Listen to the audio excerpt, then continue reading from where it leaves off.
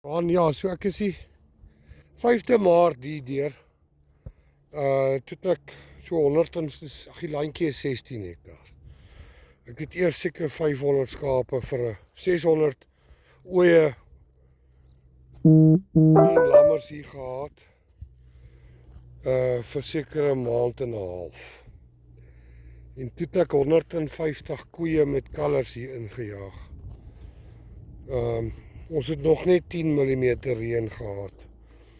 Daai 6de Maart. 5de en die 6de Maart. Geen kunsmis nie. Ja, ek is baie beïndruk met hierdie weidingkies. Hierdie is nou maar my eerstes wat in 2017 geplant is. Nou wat nou oorleef het is die lucerne. En die geelblom lucerne is ook nogal redelik goed. En dan is dit Rhodes en Smits. Bietjie plantain wat oorgebly het.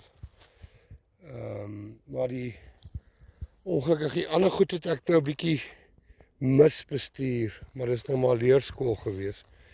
Die sigorei is hulle is basies dood. En ja, dit is ook maar al wat ek in die begin ingehaat het. Wat dood is die sigorei.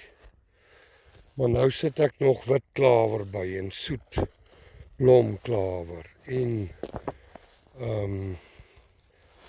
wat sit ek nou nog by? Klein buffel. Hierdie land het wit buffel gehad, maar ons is te koud vir wit buffel.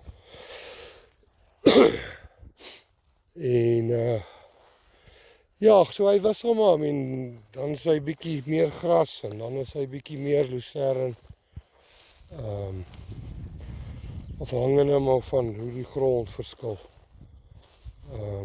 Ja, ek loop nou maar sommer net hier rond. Maar ja, dis baie lekker skaapweiding en ek moet nou eintlik net bietjie sigorei kom inplant hierso en wit klawer kom inplant. Maar die plantaintjies hou heel. Daar's ook enetjie. Ons daar hou soet. Nuus. Hulle maak redelik saad ook. En dan die lucernes.